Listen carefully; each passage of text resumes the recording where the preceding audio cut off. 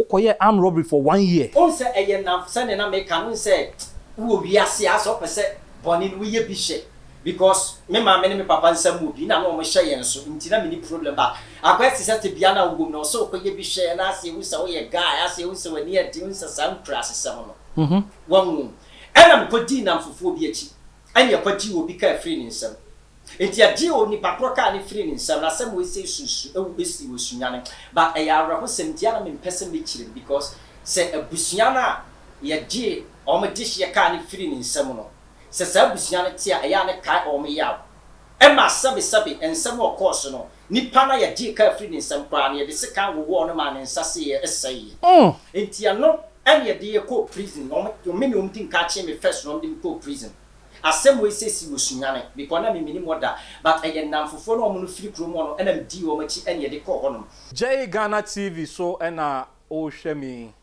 baby a obi a me ma wakwaba eba dwumadie so dwumadie eye dwumadie ya to ne din se makosem eye de wafam e wa abrabom ne wafam a e wo se woni nipa bia eche enenne me de ebrel ye frame nana e champon obetimi so aframe Santiago the pastor say afi na wa join J Ghana TV abomodin na subscribe so hwe down ho a obon say red ye the red a cho subscribe mia so uwie nso na wasa mia adoma na so sebe ya ye send video bi a on sabeka enne manya sof kese pa e wo menchen ha me ne betwetwe nkomo na abrabom no wafam bi pa na me ne betwetwe nkomo no mahu de wafam ne e wo se oni ye nyina ye che na futu a ewom no na asoso afa na me soso mafa bi enti enne yenya sofo prince and cancer e wo menchen ha sei a me ne betwetwe nkomo eti so gi akonya na tena se ne nyina ye ne no entwetwe ko sofo akwaba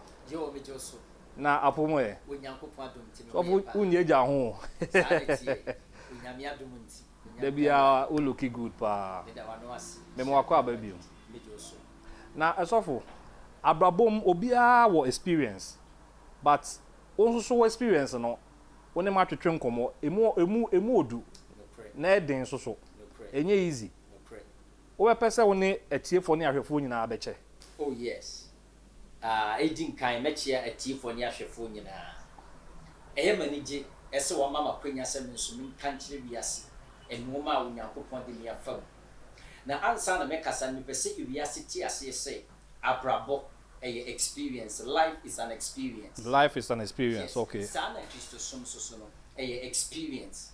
On say so onipa ma magi Yesu Christo ni ya ye wo abrabo bi a wo fam. Yeah. Na abrabo na wo fam no eno na ma usua ho no bi. E na wo ba beti Yesu Christo die no so abrabo fofo kra bi e fati bi afofo.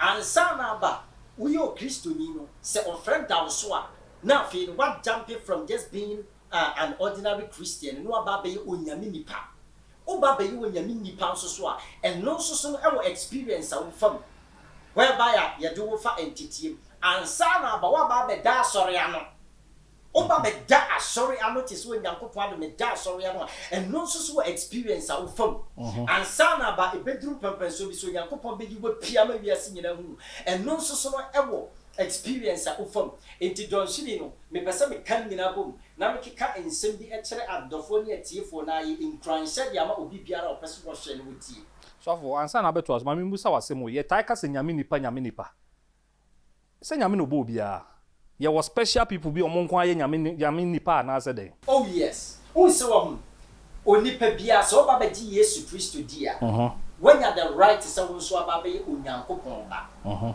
so we are onyankopon ne ba but some beba be onyankopon ni pa ye for say a man of God no and no die e ofre a man of God don't say God for the kind of man of God but me dia yes yes so, the man of God yes a man of God so good so be a man of God and I say onyankopon efre obi a a special assignment and onyankopon de masa nipa nipa bi ti say Moses and Moses nipa bebrebe and wo Israel na say na Israel for no e wo Egypt na nipa bebrebe ni nyankopon betini afra ono but Bible say nyankopon eyi Moses and wo ye a man of God and nyankopon de ni di dwumadie potin bi and Moses susu efiri won onyankopon eba be ni Joshua and when nyankopon ye ni nipa sa no di ni di dwumadie bi enti onyame nipa bia enye nipa hunu bi keke nyankopon ehada wetimupo bi nti o de frasa nipa no and ansan when nyankopon emfre onipa bi no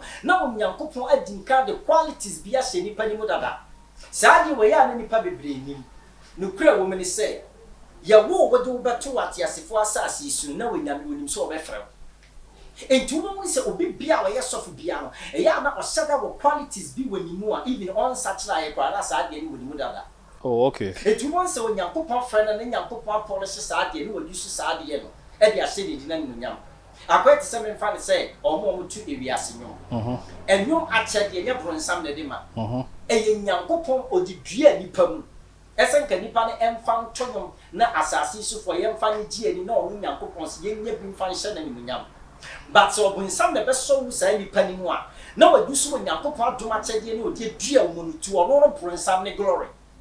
But so also jaw from Eddie Manyankopon, when Yankopon so be yisu adoma chadia dada na nasa talent na a odi ama odada no when Yankopon be yisu no so no dia hye wani nyam enti dem pesa me boni tofa kan say so for aso me ma won kwanza o pesa o ka say me yisu enwom na wo kan ye no enwom no o pesa o ka say se obi e wo nyame side a ana se obi ye sofo a e na otu nyame nyom ana dedi nyem pesa me kire nse wo Emiripa me ba me kira sa ade me nam se eno no nya topic a ye treating so na kan be say quickly wo ye bibi me ka bibi okay pesa me ka nyina ne so enyum to ya akyede na akyede no nyankopon na de ma ye woni ye de wo no ene ye woni wo ba asase isu no ene woni obi a ono no eto nwom one ne nante ye no ba obesua ye okay but omo a eye inborn a omo ba bi ase na nyom to woni mu no ana qualities bi e woni mu no ne nyankopon botan ti ode akyede e de ma no.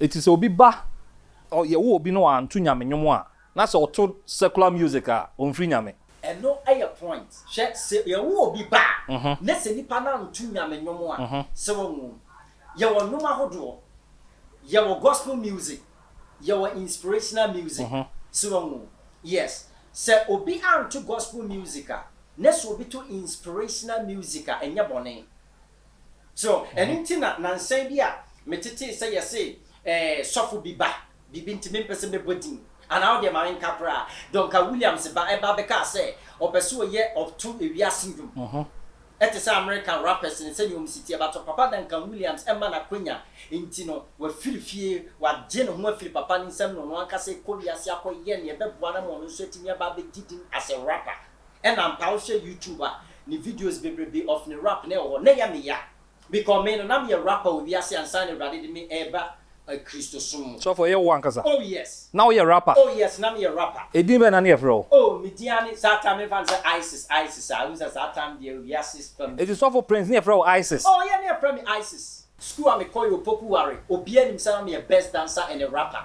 What's a dancer? Oh, me say a best dancer. It him ka say rap say so for betia rap. Oh, me rap ya. Uko me raps bebrebe wo. So for raps bebrebe. Yes. So Eye J Ghana ena ugusu a wo hwe ye makosem dwumadie ena ye de bro afi na wa join ye de a ye nyanko akire kura me ne sofo ba afi na ye be wura mu but we obi be ka say prelims ye de prapra kwan mu me pese sofo eye okay na ye twetwe nkomo bi ansa na abawura makosem de ono akasa fam no wako I mean de wako e wa abrabom J Ghana TV so nie me amede bro ye frame na nake e champion ubetimi so frame Santiago eno no bia e de frame ene me ne sofo Prince in cancer e na e twetwe nkomo osofo se na oye rapper na otonyom sofo nyom be na oto hip life na hip hop me ye rap ankasa America for rap ni bi no enti na aka ga oh yes na me ye serious rapper even my rap nyom bebrebe sofo what rap nyom bebrebe obi oni me bi ani. Wow. And young told me we are telling wow. Teenage gospel music's be out. So is it the way jai rapper no? Oh, say Corona you buy in me release Corona number. No na ye nyuma me to say ye di suffering yakopon say o hu asase sumobo. It was a very powerful YouTube. Wow. So wow. But enter me no be pie ba ne pesa me kan say sa chede no e wo bia mu nipa bi obeye nyum tuni no se wankosua mfiri obi wode ne se ye de wo no a nipa na ba ti asefo asase so no eye wono ene be decide say me de befa biase fam na me de befa nyame fam enti so de fa ewiase fam a enya bronsam na empower nti no oti me de sa ache de ni ye bibi le mu bronsam a yusu ni nyame de ache ndara no de ye bibi sa so na nipa kro no so so obeti Yesu Kristo dia the same talent and the same ability no obeti me de ye bibi dia so nyankopon ni because and only the original plan nti o nyankopon de sa ache de ni ma nipa no sa na ye asofo no so ansa na nyankopon be frɛ wo no na wa hu say odinkan the quality bi awura mu ofra wo a sa quality na wo mu no ebetima boa ma adwuma no de wa ye yi it is sometimes ne se wo nipa wo fantitie mu wa dwene be ye se wo de wo ni hwe ti na ma Jeremiah adwene ye ne say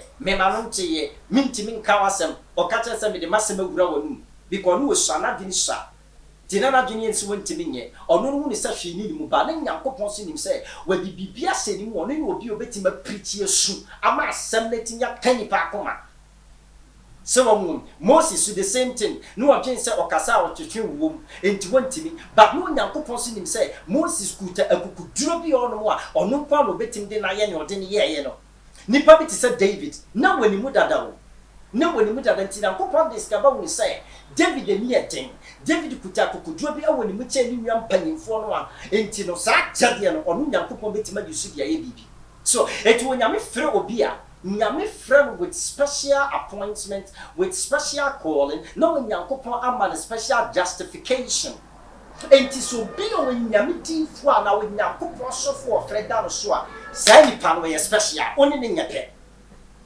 ebi asinti asesa because Moses pens untimi kwakasa oni Moses yepe tina Aaron eye na dwene se woni Moses yepe no eduru point bi a Moses e ka se woni nyankopon kodi nkomo a okodi 40 days ewo nyame anim a no mae no Israel for ne ma ne pressure e ma okosensin honyini mo mo worship no that means say ne nyankopon de tumi bi ni adum bi ene awseso bi ama Moses a pressure na ba Moses no still no ye nyame dwuma no but pressure ketwa bi ba Aaron so no wanti ba nyina no e na o ma Israel for no e pressure no e ma na dwene sesai enti no bi nyame nipa ni pese bi aseti asese we nipa sonko we ama me ye papa ne so ba e ye sofo a menka se enam sesem wusha ojane na gungu naso we na wo pepa no wo na wo tete no wo na ye se ntine saa oba be nyini no ye be friend nyame nipa wo ye ma me oso ogu no tina Mary ohun sa secret ni fa Yesu ho tina Bible say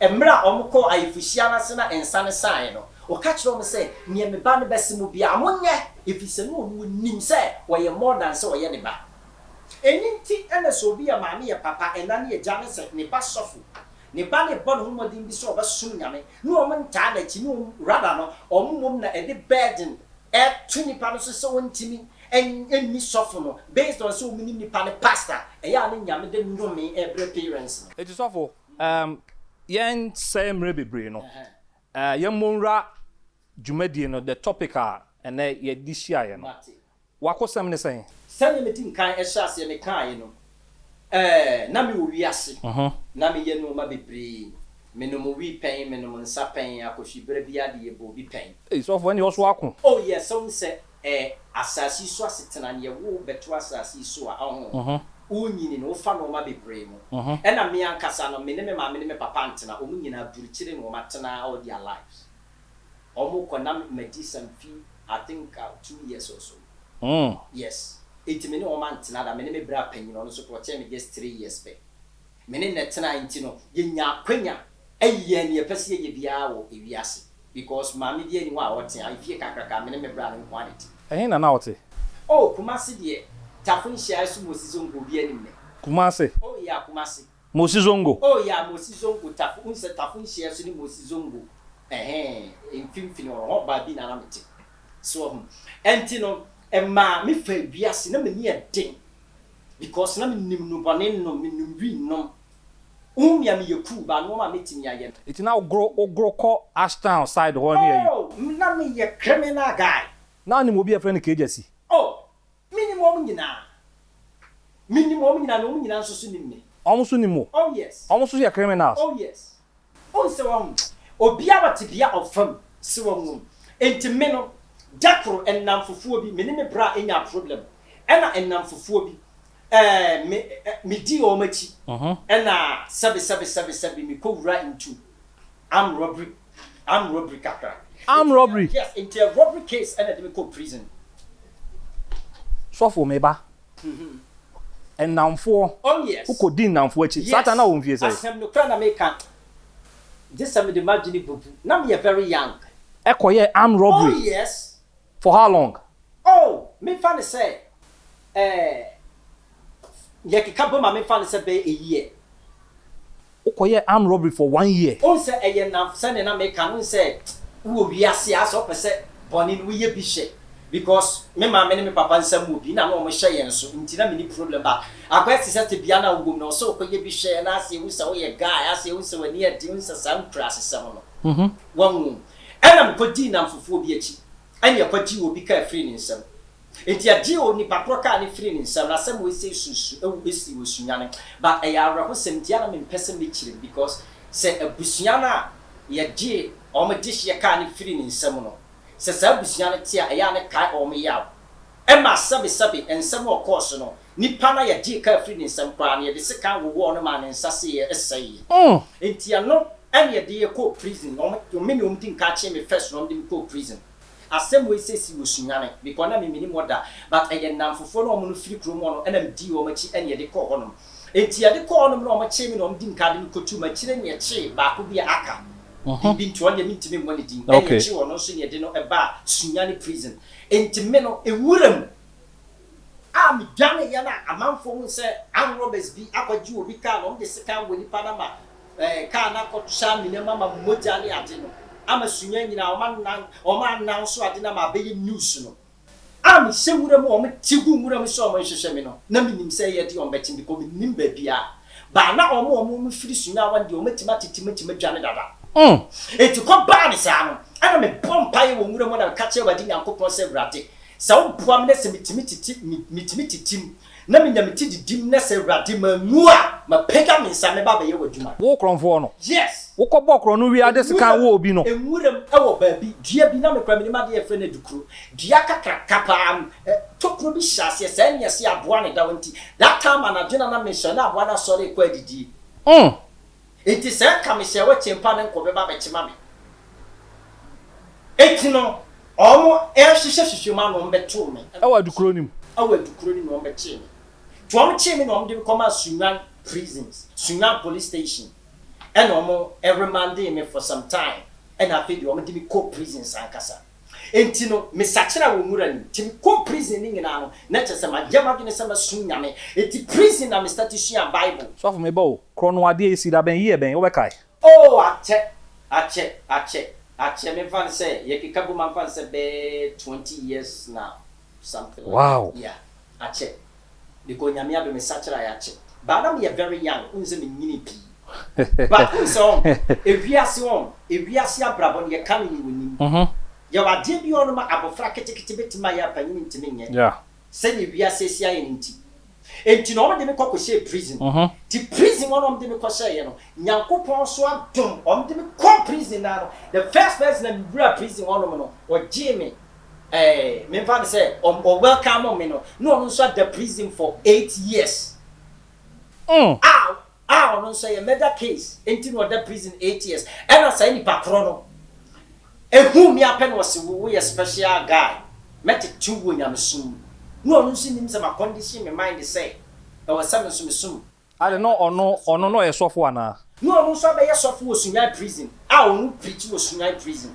or call prison or call yesofo yes okay prison some murder case in the coin on so call yesofo enti ono na tete me e wo prison enti prison no ono na etimi de me fasting ne mpaibom no o kira me bible mu a se me mfa ne say bia me busuani bi ba besra me a otimi tete mi ama me busuani besra me a metimi ka se dawi mi sister be ba besra me dawi me bra be ba besra me dawi me mabusuani we be ba e hase e da me ka no so sa pepe hu sa de no yes intimi prophetic ministry started in prison obi a wo Sunyan prison bia enim sa ba ko se me we say family hey yes so for mami mu so wase mo me as a lame person se me hu se we akodi bone se bia wakobokro no ni ono akwa kunipa wa mreda obi na wadane sofo no me hu nipa na wa hia me ngini ndibda there's no way imagine okay any enkentisa wo ho ɛno na mpɛsɛ wi ahyehyɛ no so enkentisa nka Yesu Kristo wo ba bewu ye ne mfaso ni so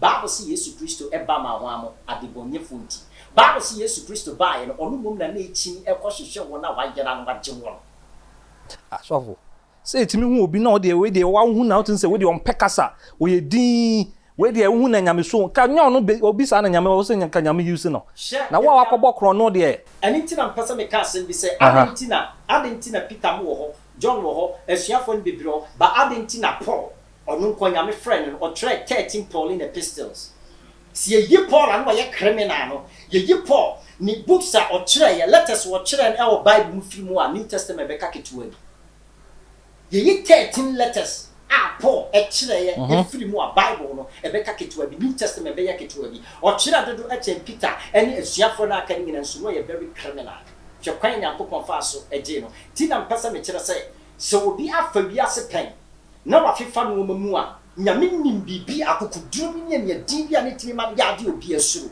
enti nyame nim sase wo frɛ wo a wo saa dene da so wo mi sɛ obetime dina so dia yaade papa etu nsa me wo hyɛ me nsɛm wa me kana me ka me suro spirit na me suro bia because e wo mu wo mi nature me yeku ba wo ndi mi di dwuma a utimi sɛ me firi mabusua mo bia nim me decision ma take bia ne bold decision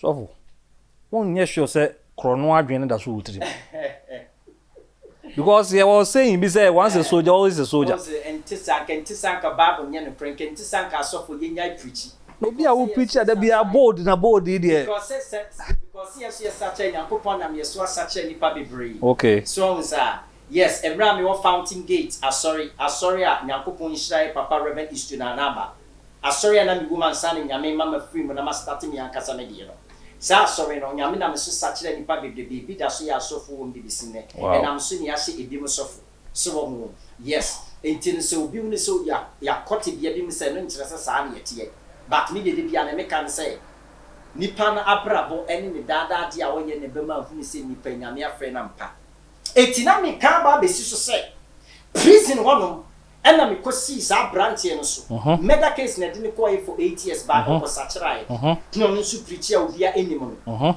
ena o start say o twini no Bible mu onu na drum pempen so bi wo de handcuff to in sasia na ati oi yes say prison officers when be uni free prison on behalf of good in saso on de ne kokota o me de good in sasia o ye in sasia na ati o ye in sasia na ati o ye in sasia na ati o be ye powerful prison esi osunyani prison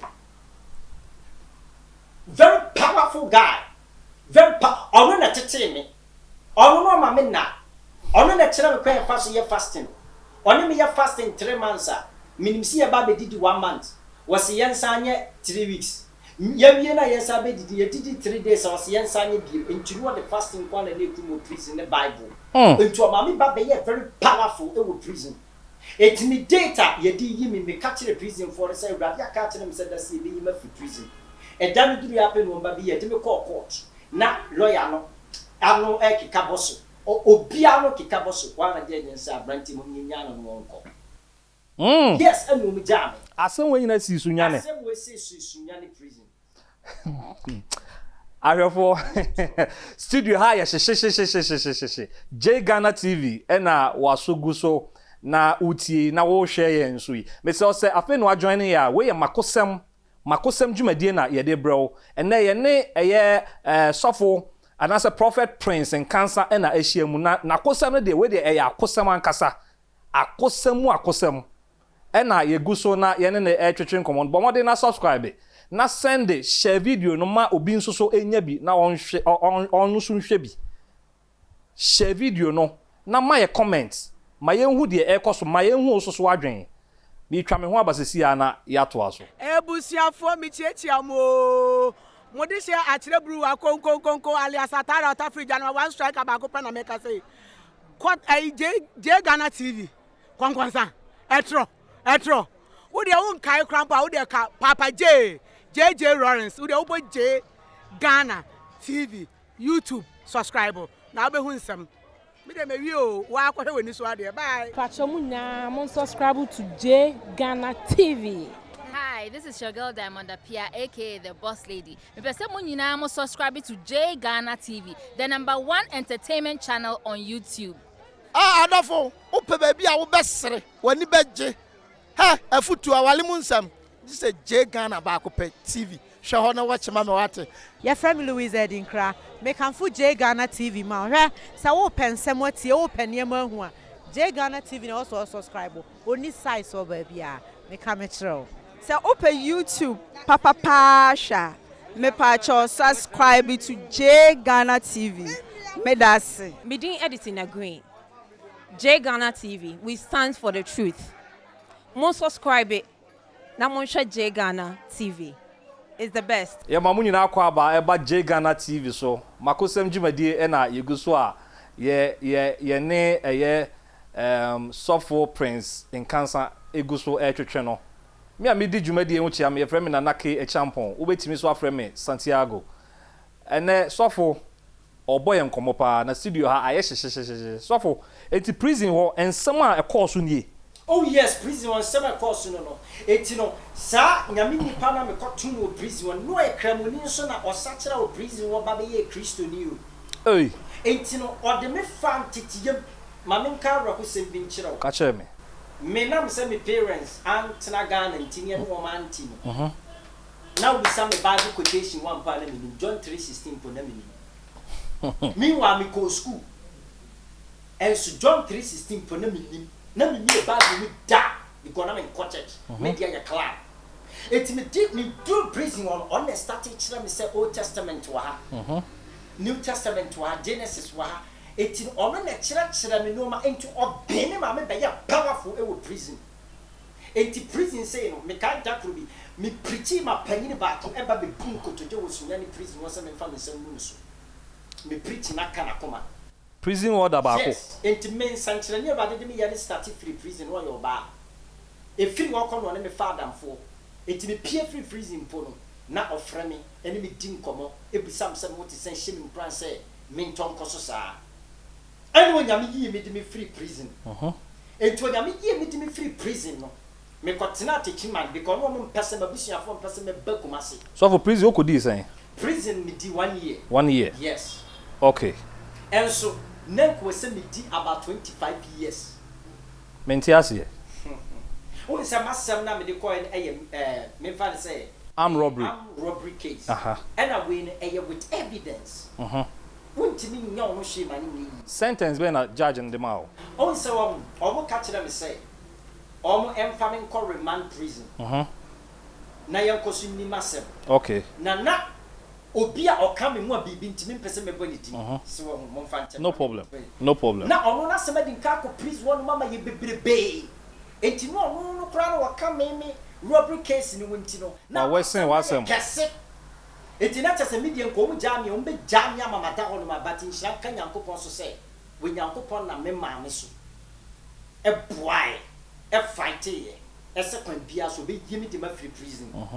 Etinata bia mabusuafo e ba asem no so ani nyame so nchaade Kristo me de no ma no and the way I be din 1 year in prison no nyame nam ne sofo no so tete me ma me be powerful ni ntini metima ka se onyame na wo so osoro e ma asem no me dane ye no mu ta ye kokko to sia na judge ne so mu nyame na me ko. Wow. No bia no ke kaboso. Wow. E be kemi na o ma dwene wo mu wa de kronti o mu jame. Enti nyame aduma me pie free prison. This we pie. Ena me family. Ene sai ni pana me ye ne ntem na se si. Yeah. Me family di bibi ko compensate wo. E toka e di compensate ni pana. Ena omo e me mani skabi ena e tu chai. Ena me nyama su didi.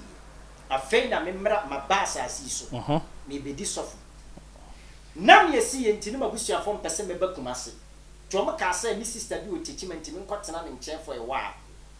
Enti techima so me kokodi about 2.5 years e wo.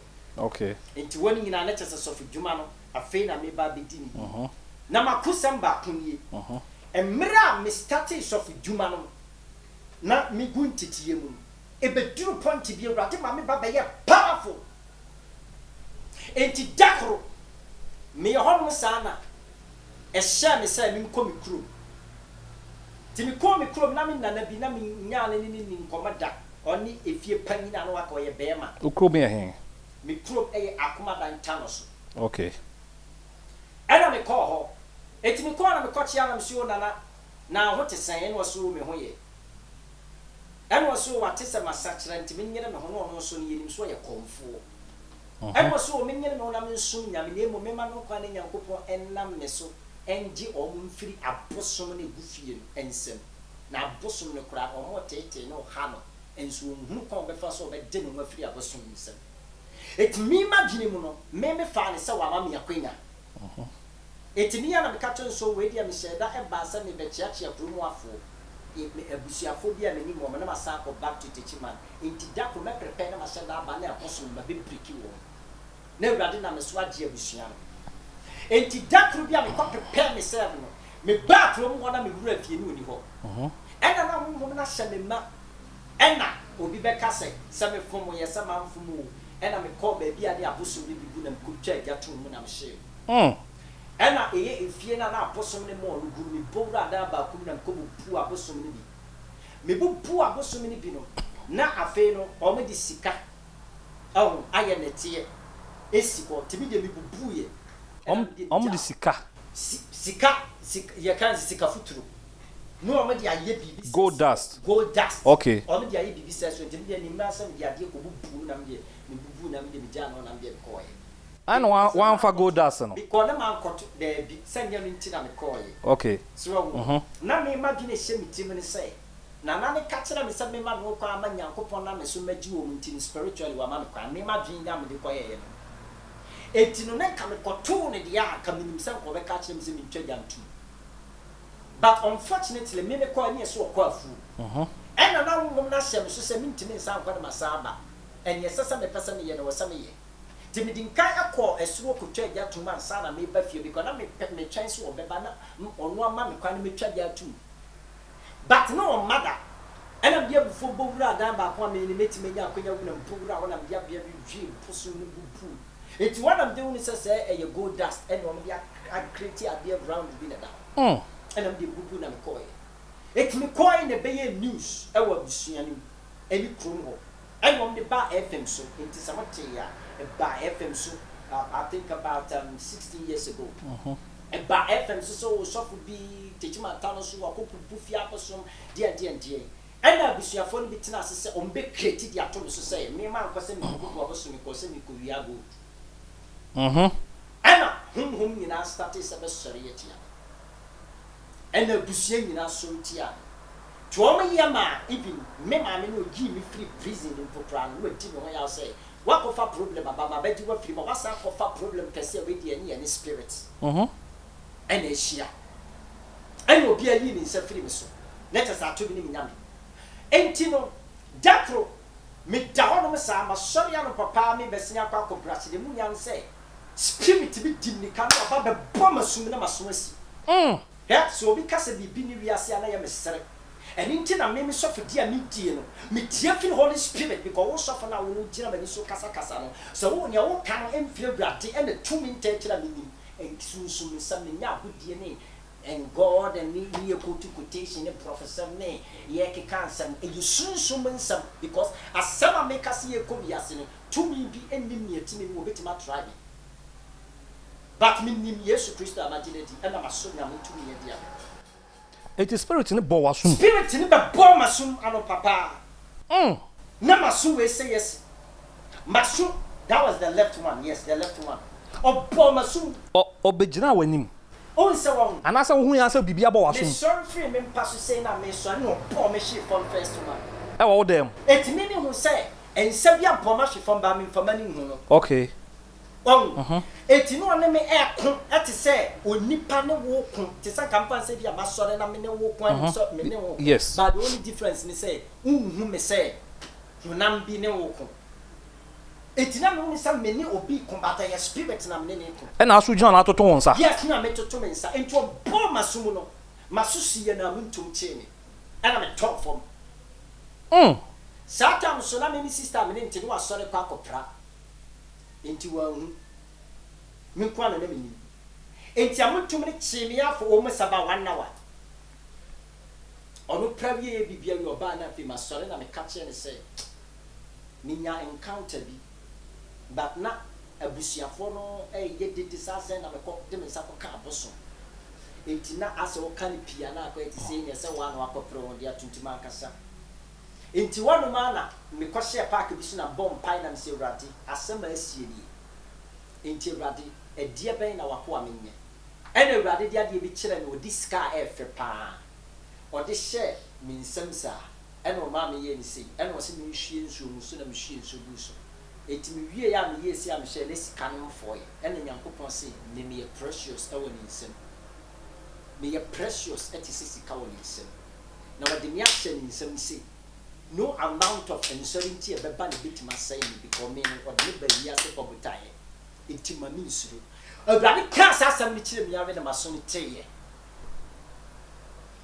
say wo park so na me bom pa eti ba park so e kwa pa na maso ni bieye maso ni biye say ya pe ene awurade ka kire me say wo ni beti bibi o di me beti djuma bi wa stress for asase so ti me mmera me ho ase na mi hia sunsum nsam no nyankopon na nkasa beteteme Sofo, wasem we si. Asem we si we techiman. Onya sure say anansesem bi na wasua na wo. O se me bia nim me tira techiman for about 2.5 to 3 years. Me tira me sister nche me sister dey friend Regina. Techiman for. Oh. Sofo Prince and Cancer and then na twetwe nkomo. Sofo se obi o techiman bia enim na asem a wo ken. Na asem no is too good to be real. Se nipa osori ye na spirit abo wasoma mu waso asi na wakogina so abom pae na waso asan ete asem na twetwe maso sofo e na ye den enti emre amaso no ti ya na awurade ka kire am so de me di djuma bi wa asase so no ena ma me hu se me nye nipa hu no bi keke ena me sumi ye ma twene se ma yire me wasumi nya me ne kware mu na awurade adumi ne tumi na ye kese enti na me nya djuma bia me pese metwa me school so me pese me ye bibia enti nyankopon chaade ena me start se me di asofo achi ma do asofo mpanimfo achi na me hia de questions amenti ase na o mo kire me didim sa eno nyankopon de bia ba bedru pempen so de maduri na ade ba ko me ka kire wi ase na ne se won de bia me ka kire abamfo se Kristo som enya ne wo Bible mu nko a Kristo som a life experience with the Holy Spirit. If we are saying me say Christianity and not what is written in the books. It is life experience with a spirit who is called the Holy Spirit. Ebinisai. And no man me ma famu yen kira ni Bible mu. Enti yen kira ni Bible mu. Say Holy Spirit na di ma famu a and Kabaya Jane and the man who said there is more to be than what is written in the Bible. And until I'm videos be Yamayan, I'm up for Tiamia, Oman Temasin, and Pastor Charan say. Every says Senor Holy Spirit, Nibe Church, or Soriano, Pauba Papunya accident. Entino, Abia Kwana Menko, and I see and I mean you see. Obaya Jane won't miss a car make on a car in accident, Dravia made Dranami Kunya Iconsia. And a young children will say, a Debbie say July be so different prince be back to Nakam or Corbina Yanchan or Babu. And the idea Piana Yanchan or Bible ma a young life experience in the Holy Spirit and was on in Yan Fanwa Catcher. And to me with some of Bushina and send me a Bessima Brabum me catcher will be your enemy. Me catch any panwa and pana dinesi. And to me will be on me and to be any prophetic gift in Amelia Channel. Wow. And I made me prophetic gift and yet we did not puppet so a professor and mimic a lifetime and a practical prophetic. Made the way me home. We are paid for now, Bama Kamua. Said almost soon me fidia. Mem said, when some person let me push your knee so a bamaswa. Mem number one cry was some fashion yamati. Salomon and children were Bible. Enti sanya Holy Spirit na ne na fa yonko a obedi hu sanu man. Ti na pesa me catch bi ase say Bible ne de ya obi ankenkan. But okinka Bible wia The next thing and say, she has a Holy Spirit, Kasacharawache. She has a Holy Spirit jump for you, Chirawache. Me preaching in ano, and me teaching in an asset. If Nikwasa will be a prophet in Guam or two in a minute. The fact somebody is where the Holy Spirit about no so timidity on Concone. Because Okasa, with it. And idea a seal of ownership. Nay a guarantee say you belong to the Holy Spirit, no. And whereby a Holy Spirit in a casa you are able to recognize it. So, be to say, O may say, Obasi winimu. Nance Wokasa now banning tia. What shows any baninimu? Oban winimu. So, banning one pa. So, Fro ban bo, but in our friend, so Timothy so cast a daddy. Okasa stop was so Timmy who is a papa and stop it. But you are so funny, Christopher, be one of a bobo and Jacqua. You knew Hunadia, Yasun Tiasem, and you never a bicodia drew, and you never be caught a pussum sumine, and you never one caught a pussum caught this suman swap. Jiwayaza, faking miracle, because one Holy Spirit in your young cofa, Nasad in it in Yosofo, a breako, what's another than care the pa, Minayanki at Tia Bebre. But yeah, the time na juma. Or last words you're saying. And your person may catch the asking and say, Christosum, a your life experience, na your lifelong. Obe shiasi, obe sorry, obey a mistake, na ya mea correct you. And you wouldn't know, and obe cassetia, unyin wa humu, obe tiasia, cassentia, it in your make catch the Christian piati to mean you must suffer or shaman say. Build a close relationship with the Holy Spirit. Or when the bachelor on your Bible in you. Or when the bachelor on your biasini ni penny. On the bachelor how to live your life. No, no, the bachelor ni power ni moment your mati. So one building close relationship with the Holy Spirit. Obey a soft can still bring some or fellowship. So one we are Christian in our Holy Spirit and young one. Obey a Christian and should be to say akoko. Obey live over life to send in Yami to me. And soon young coupon is 2 years, dear baby. Now, the Holy Spirit and Namwa, sir, experience, and really the true gospel. And in Tina Memakano, Kaka say, no amount of how powerful you are as a man of God, and I will not we say, a Kaba spirit new so Ubetimakasa when Yarida. And Unti, and as one she and also you job on me, or you won't tell me Yarida, and I had ever come one. This will be our one medula. When we are one called Medura, I just said, Yard and Tenacity based on Cindy Awaka. Eti Christosum, I get no baby. Now, only idea, son, and no different things. Into Obia making sure say, when the Holy Spirit benanti. Next year, you are when the Holy Spirit and Nantino, or dear new woman, a bebo bra, and Yakani, a general Bible. Your time now, but 1 second, me say, Umame. Inside beyond Holy Spirit. Quite a bit of fashion and Nancy. And not your own. If not a mirror mastatia church about me, idea back. Okay. The first thing I own when you pay piano, open so many Holy Spirit and Nancy, I'm a teacher. We are saying, say, the first thing I get through your senses, your human senses. Now you to make a segu wagini. Me train you are ubu. Now you to make a segu at tinkam. Me train you up, Ubu. Nami utimi kasachero, ewo inner intuition, Ubu. Nami utimi na okatra baso kasa. Ni uni manso wa kanbi, obe kanbi ni okaye no. What do you say because one na kan keke and soon ye behwehwe mu no. Na ye asemo a waka efiri sunsumo na aba. Yo kwa bebrebe so na this year that timbre na me kyerɛkyerɛ. Ansa na ba wudru the highest realm a. Ni nyame gima duru na eni de wani timi bi. Who will be no bayfua, whom Yasa will feel answer, whom Yasa will not think of answer, whom Yasa just were yes, answer, but was ritual and so who were nisu, as we will pay for. Or young also will wow and should be with Nisu will prowess.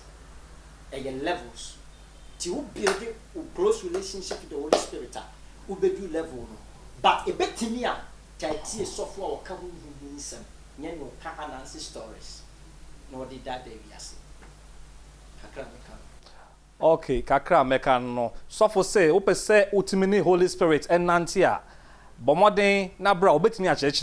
ana say wo ye nipa bi na pese o tie osofo a tie sofo a o ka huhum nsam enye de o ka ananse story eti ene sofo prince in cancer de o pese o ka che ahwefo ne atiefo nyina sofo me da se otimi e ba ye frɛ wo ba ye na wasa ne de mu oden pa emu suodu menim se ye be san frɛ na nsam ne de bebre wo ho wakon yie pa na ye be frɛ no wasan de o different chapter asa abrɛ me da wase se onya abrɛ na otie me ye frɛ me na Eei Champon J Ghana TV so nie se won subscribe ya bomodin na subscribe se be ya ye send video bi a won sa e be ka bi me da wase ye de wo si ase bye bye.